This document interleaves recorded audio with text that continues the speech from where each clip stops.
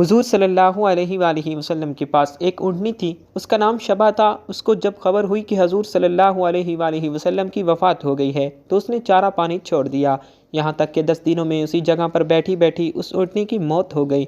हजूर सल्लल्लाहु अलैहि वसल्लम के पास एक गधा था। उसे जब खबर हुई कि हजूर सल्लल्लाहु अलैहि वसल्लम की वफ़ात हो गई है तो वो रोते रोते मदीने की गलियों में दौड़ने लगा। पूरा दिन दौड़ता रहा, आखिर एक कुएं में डूबकर अपनी जान। बिस्मिल्लाहिर्रहमानिर्रहीम। अल्लाह के प्यारे हबीब हज़रत मोहम्मद मुस्तफ़ा सल्लल्लाहु अलैहि वसल्लम इंसानों के साथ जमादात व नबातात और जानवरों पर बेहद व बेपाया मेहरबान थे। हज़रत अनस बिन मालिक रज़ी अल्लाह तआला अन्हु बयान करते हैं कि एक दफ़ा आप सल्लल्लाहु अलैहि वसल्लम एक सहरा के पास से गुजरे। वहाँ एक गिरोह ने एक हिरनी को शिकार करके एक बांस के साथ बांध रखा था। गैब से एक निदा आई, या रसूल अल्लाह। सरकार दो आलम सल्लल्लाहु अलैहि वसल्लम ने देखा कि आप सल्लल्लाहु अलैहि वसल्लम को हिरनी ने पुकारा है। आप सल्लल्लाहु अलैहि वसल्लम उसके पास तशरीफ़ ले गए और उस हिरनी ने अर्ज़ किया, या रसूल अल्लाह, मेरे 2 छोटे बच्चे हैं जिन्हें मैंने हाल ही में जना है, बस आप मुझे इनसे इजाज़त दिलवा दें कि मैं अपने बच्चों को दूध पिलाकर वापस आ जाऊँ। आप सल्लल्लाहु अलैहि वसल्लम ने फरमाया, इसका मालिक कहाँ है? उस गिरोह ने कहा, या रसूल अल्लाह, हम इसके मालिक हैं। हजूर नबी करीम सल्लल्लाहु अलैहि वसल्लम ने फरमाया, इसे छोड़ दो यहाँ तक कि ये अपने बच्चों को दूध पिलाकर तुम्हारे पास वापस आ जाए। उन्होंने अर्ज़ किया, या रसूल अल्लाह, इसकी वापसी की हमें कौन ज़मानत देगा? आप सल्लल्लाहु अलैहि वसल्लम ने फरमाया, मैं इसकी ज़मानत देता हूँ। उन्होंने हिरनी को छोड़ दिया, बस वो गई और अपने बच्चों को दूध पिलाकर वापस लौट आई। उन्होंने उसे फिर बांध दिया। जब हजूर नबी करीम सल्लल्लाहु अलैहि वसल्लम दोबारा उन लोगों के पास से गुजरे और उनसे पूछा, इसका मालिक कहाँ है? उस गिरोह ने अर्ज़ किया, या रसूल अल्लाह सल्लल्लाहु अलैहि वसल्लम, वो हम ही हैं। आप सल्लल्लाहु अलैहि वसल्लम ने फरमाया, क्या तुम इस हिरनी को मुझे फ़रोख्त करोगे? उन्होंने अर्ज़ किया, या रसूल अल्लाह, ये आप ही की है। बस उन्होंने उसे खोल कर आज़ाद कर दिया और वो चली गई। दूसरी रिवायत के मुताबिक हिरनी ने आप सल्लल्लाहु अलैहि वसल्लम का शुक्रिया अदा करते हुए कहा, मैं गवाही देती हूँ कि अल्लाह के सिवा कोई इबादत के लायक नहीं और आप सल्लल्लाहु अलैहि वसल्लम अल्लाह के रसूल हैं। एक और वाक़या हदीसों में लिखा है कि एक बार हजूर सल्लल्लाहु अलैहि वसल्लम सहाबा कराम के साथ एक जगह पर बैठे हुए थे। काफ़िर लोग थोड़ी दूर पर बैठे हजूर सल्लल्लाहु अलैहि वसल्लम का मजाक उड़ा रहे थे। इतनी देर में वहाँ से एक देहाती आदमी गुजरा। उसने काफ़िरों से पूछा कि ये सामने कौन लोग बैठे हैं? तो काफ़िरों ने बताया कि ये मोहम्मद सल्लल्लाहु अलैहि वसल्लम हैं और उनके साथी हैं। उस देहाती ने पूछा कि ये क्या कहते हैं? काफ़िरों ने कहा, ये कहते हैं, मैं अल्लाह का रसूल हूँ, तुम लोग मेरी मान लो तो दुनिया और आखिरत में कामयाब हो जाओगे। उस देहाती ने कहा, अच्छा, मैं देखता हूँ इस देहाती के हाथ में मरी हुई गौ होती, यह छिपकली की तरह एक जानवर होता है, ये दीवारों पर चिपक जाती है। इस देहाती ने हजूर के सामने वो गौ फेंकते हुए कहा कि ऐ मोहम्मद, अगर ये गौ गवाही दे दे कि आप अल्लाह के रसूल हैं तो मैं अभी कलमा पढ़कर मुसलमान हो जाऊँगा। उस देहाती ने मजाक उड़ाने के लिए हजूर सल्लल्लाहु अलैहि वसल्लम से ये बातें कही थी। हजूर सल्लल्लाहु अलैहि वसल्लम अपनी जगह से उठे और उस गौ के पास आकर खड़े हो गए और फिर फरमाया कि ऐ गौ, उठ जा और गवाही दे। ये सुनकर वो मरी हुई गौ अपनी आंखें खोली और हजूर के सामने सीधे होकर बैठ गई और कहने लगी, या रसूल अल्लाह, मैं गवाही देती हूँ कि आप अल्लाह के सच्चे रसूल हैं। ये देखकर वो देहाती उसी वक्त मुसलमान हो गया। एक और वाक़या हदीस की किताबों में मिलता है कि एक दिन हजूर सल्लल्लाहु अलैहि वसल्लम फ़जर की नमाज़ पढ़ाकर बाहर निकले तो सामने भेड़ियों का एक झुंड खड़ा हुआ था। भेड़ियों को देखकर सहाबा कराम डर गए।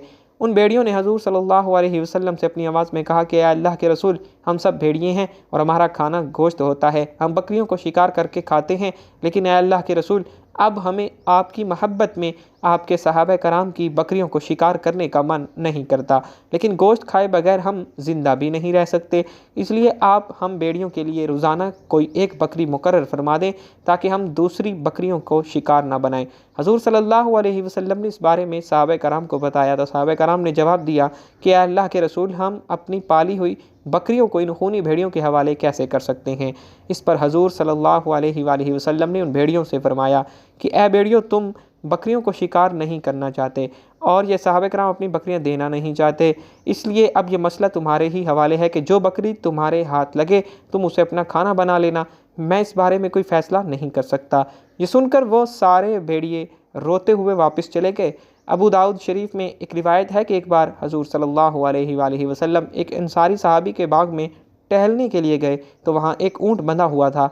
उस ऊँट ने जब हजूर सल्लल्लाहु अलैहि वसल्लम को बाग में देखा तो तो उसने हजूर सल्लल्लाहु अलैहि वसल्लम को अपने पास बुलाया और रोने लगा। हजूर सल्लल्लाहु अलैहि वसल्लम ने उसके सर पर हाथ फेरा तो उस ऊँट के आंसू न रुके।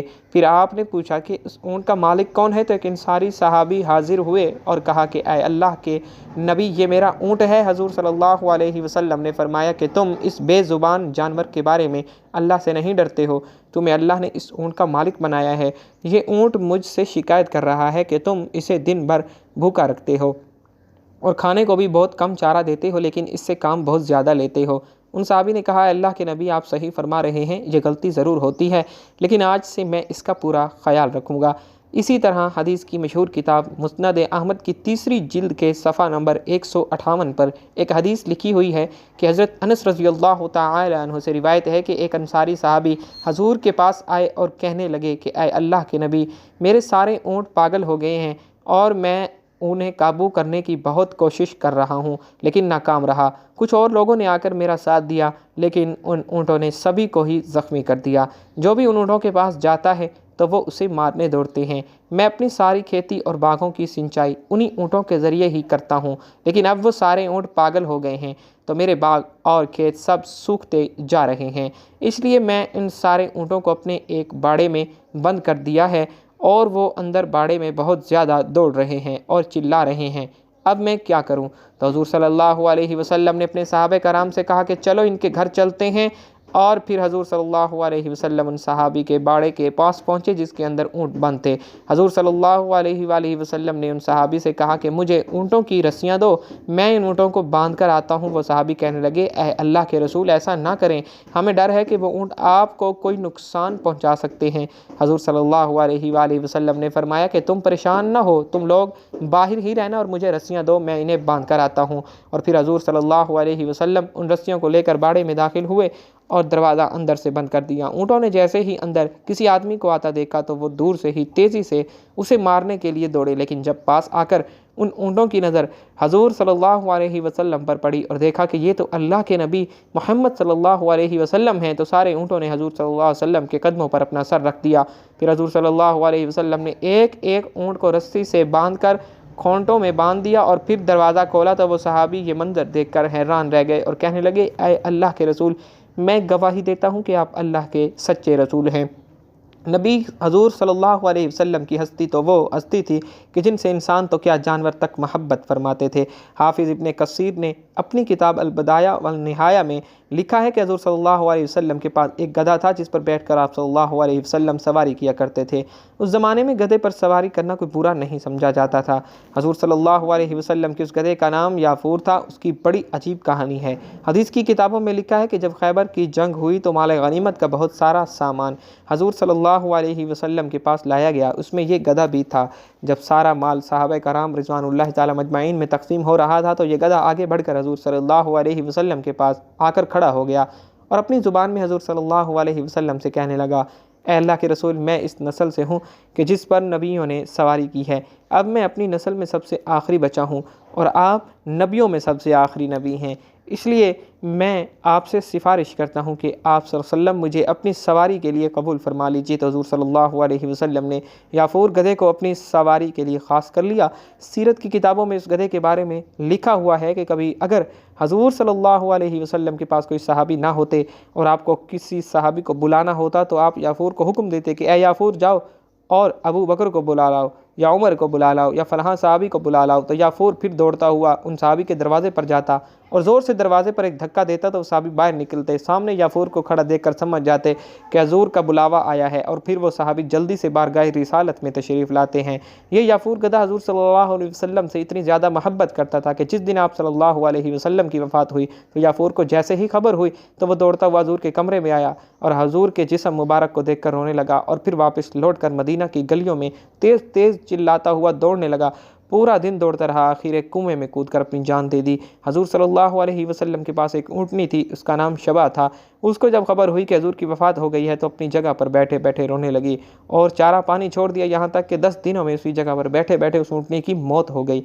हज़रत अबू सईद खुदरी और अनस और उम्मे सलमा रज़ी अल्लाह तआला अन्हा से रिवायत है, ये अल्फाज अनस रज़ी अल्लाह तआला अन्हु के हैं, हम रसूल सल्लल्लाहु अलैहि वसल्लम के साथ मदीना मुनव्वरा की किसी गली में जा रहे थे। हम एक खैमे के पास से गुजरे, खैमे के साथ एक हिरनी बंधी हुई थी।